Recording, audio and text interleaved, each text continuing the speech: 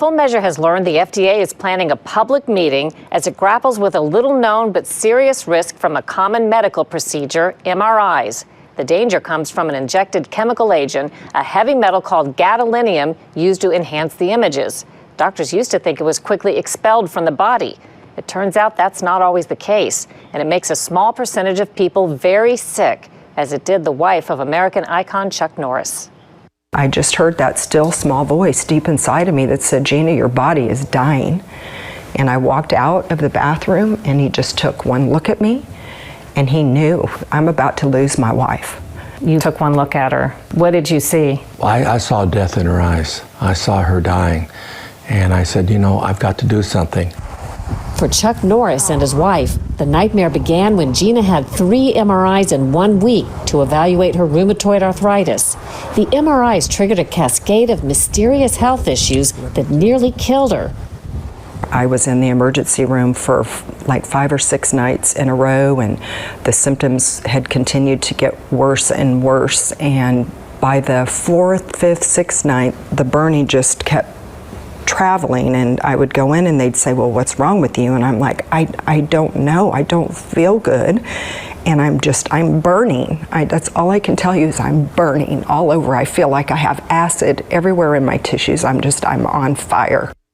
Doctors tested her for everything from cancer to ALS, Parkinson's, and multiple sclerosis, but were mystified. Gina began a desperate search and turned up published literature and patient accounts pointing to one thing: poisoning from a substance injected into her before the MRI. It contains a toxic heavy metal called gadolinium. When we got to the hospital in Houston this last time, and I'm so bad, and I said, listen, I am sober enough in my thinking right now because I had such brain issues going on. I said, I'm only going to be able to tell you this one time, and I need you to listen to me very closely. I have been poisoned with gadolinium, or by gadolinium, and we don't have much time to figure out how to get this out of my body or I'm going to die. I can take her anywhere in the world. I'm blessed enough to have the money to do that. But where do I take her? The answer was alternative medicine in China, where these photos were taken, and before that at a clinic in Reno, Nevada, where Gina received intensive treatment for gadolinium poisoning and slowly came back to life. Well, the thing is that when we got there, she couldn't swallow. And so they were having to feed her baby food, just be able to get food down her esophagus. There were so many other problems, that I was having. By then, my arm is completely drawn up like this. I mean, I laid in a bed in that clinic for 5 months on IVs every day. And my wonderful, wonderful, wonderful, wonderful husband, who I'm so thankful, thank you, baby, laid on a couch next to me for 5 months and read how many books? 17 books. He read, but he didn't leave me, and we were away from our children. They were still our youngest. We have 7 kids, and our youngest are twins, and they were about 11 at the time. And as I'm lying in the bed, I'm just saying over and over again, I'm going to live to raise my kids. I'm going to live to raise my babies. Her treatment revealed that the gadolinium, which was supposed to be gone from her body hours after each MRI, had remained in astonishing levels that were literally off the charts. This is in the danger zone, and you'll see that I stayed at that level for a very, very long time. Gadolinium-based contrast agents, often referred to as dye, are injected in patients in about 1/3 of 60 million MRIs per year. It can provide better images for some diagnoses, such as brain cancer. Doctors long insisted it's quickly expelled from the body through the kidneys. But internal FDA documents show that more than a decade ago, scientists understood that wasn't always the case. Starting in early 2006, they recognized a strong association between gadolinium contrast agents and NSF, nephrogenic systemic fibrosis, a deadly disease that causes thickening and tightening of skin and organs. In 2007, the FDA added a serious black box warning.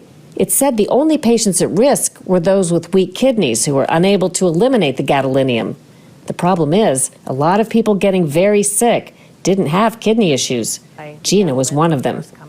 I had been asking from the beginning if it could have had anything to do with the scans that I had done, and they said it was impossible for it to be related to that. And so I just kind of put it in the back of my mind, and But that's when everything started.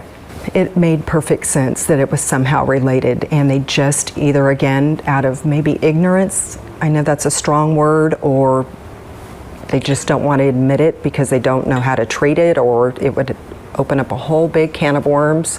They just didn't want to go there. I didn't have bad kidneys. I had normal renal function. So it shouldn't have affected me. Sharon Williams had 5 MRIs with gadolinium over several years and got sicker each time. So the sicker you became and the more pain that you had, the more MRIs that you got, Correct. which gave you more doses of this chemical. Yes, yes. And a lot of people I talk to, that is a similar story. You know, people have had multiple MRIs. So my symptoms got dramatically worse after dose 4. We thought there had to be something wrong with my brain, so I had dose 5 for a brain MRI, and literally all hell broke loose after that. I mean, it was terrible. Meaning what? Meaning that's when all the symptoms went crazy. I mean, I couldn't begin to tell you how severe some of the symptoms were as far as pain, spasms, problems with my blood pressure, very, very high blood pressure. Doctors tested her for everything from scleroderma to autoimmune disorders. Can you take me through the process? How did you figure out it was this gadolinium? When I wasn't going to a doctor, I was doing research, extensive research. I often would go 18 hours, 20 hours a day. She says she identified the gadolinium as the source of her problems even before tests found the heavy metal in her body. In 2014, I had part of the thyroid gland removed and gadolinium was in it. 51 months after my last MRI. Shouldn't be there. Supposed to get rid of it right away.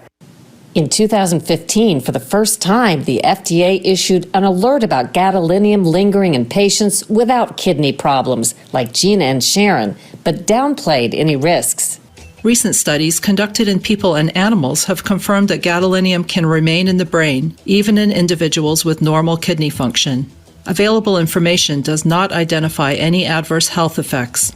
Sharon Williams says the FDA has dragged its feet for too long on what's a known danger for some patients. And I have a whole lot of thickened tissue all across my abdomen, up in my upper legs, things going on, and obviously in my face and that, definitely in my brain. She had 5 MRIs with gadolinium contrast agents and got sicker after each one.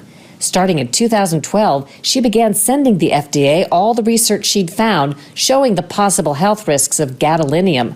Over the years, the FDA repeatedly told her it was investigating. Absent better insight from the FDA, she helped start a support group and now counsels other patients. Well, and it makes no sense because what's going on with us was caused by gadolinium. The FDA wouldn't agree to an interview, but told us it believes no clinical effects have been identified due to gadolinium in the brain, and it's evaluating rare reports of chronic pain and various other symptoms to determine if there are any potential adverse health effects. Gina Norris, the wife of Chuck Norris, nearly died in 2013 after 3 MRIs in a row with gadolinium injections. Tests showed incredible levels of gadolinium remained in her body. She eventually sought non-traditional treatments for gadolinium poisoning. After 6 months at a clinic in Reno, Gina was well enough to go home to Texas, but far from healed. Everyone that takes gadolinium is not going to get sick. It's the ones that are sensitive like Gina. Me, I've taken them and I've never gotten sick. But that doesn't mean that we shouldn't do something about the other people that are getting sick from the gadolinium. Dallas toxicologist Dr. Alfred Johnson helped direct Gina's ongoing treatment. Is it different batches of gadolinium that aren't made correctly, or there's some problem with it, or is it a problem with that individual's metabolic genetic aspect that they don't tolerate it very well? Regardless, what I've seen in the patients that I've treated is high levels of gadolinium in their tissues. How many patients have you treated with this problem? I've treated probably 4 or 5 patients Not many, but they have really chronic problems that doctors really haven't paid too much attention to. Gina says getting better has meant everything from seeing specialists in China to getting oxygen therapy in a hyperbaric chamber. They even bought one to have it close by. In this machine alone, I've done probably about 100 dives. We call them dives, just to help heal my brain. Last March in Europe, a government health committee made a striking recommendation to suspend use of several gadolinium-based contrast agents. That includes the biggest sellers made by GE and Bayer. They too declined our interview requests, but told us patient safety is a top priority, and they don't believe gadolinium is causing clinical symptoms or adverse events. GE has asked European health officials to reconsider the recommended ban. Both companies and the FDA told us the risk-benefit profile for gadolinium products remains favorable. I mean, the person that you see right now was the person that I was before I got sick. And we're talking now, after all of these years, I mean, we're talking many, many years to even get to where I am today. Today, Gina connects with others who have what they believe is gadolinium-induced illnesses after MRIs. Most can't afford the non-traditional doctors and treatments that insurance won't pay for, but made her better. The Norrises shared their tax records, showing medical expenses of $821,000 in 2013, $1.18 million in 2014, and $293,000 in 2015. We've been blessed enough to be able to afford the alternative or the integrative treatments and modalities and the medicines that are out there. There are millions of people that don't have that, okay? And because insurance doesn't pay, so that is an issue in and of itself. And we've spent well over $1 million, if not more, to save my life. Any final thoughts you have just watching your wife go through this experience? Well, it's the helpless feeling, you know, because I'm a kind of a take charge guy, and then here I have something where I cannot do anything, and it was horrifying, and I just thank God that we were able to weather it, and that she did get better, and I got my wife back. GE and Bayer have admitted no fault, but confidentially settled hundreds of lawsuits involving their gadolinium contrast agents. In 2015, the FDA approved the first gadolinium MRI contrast agent for infants and babies under age 2.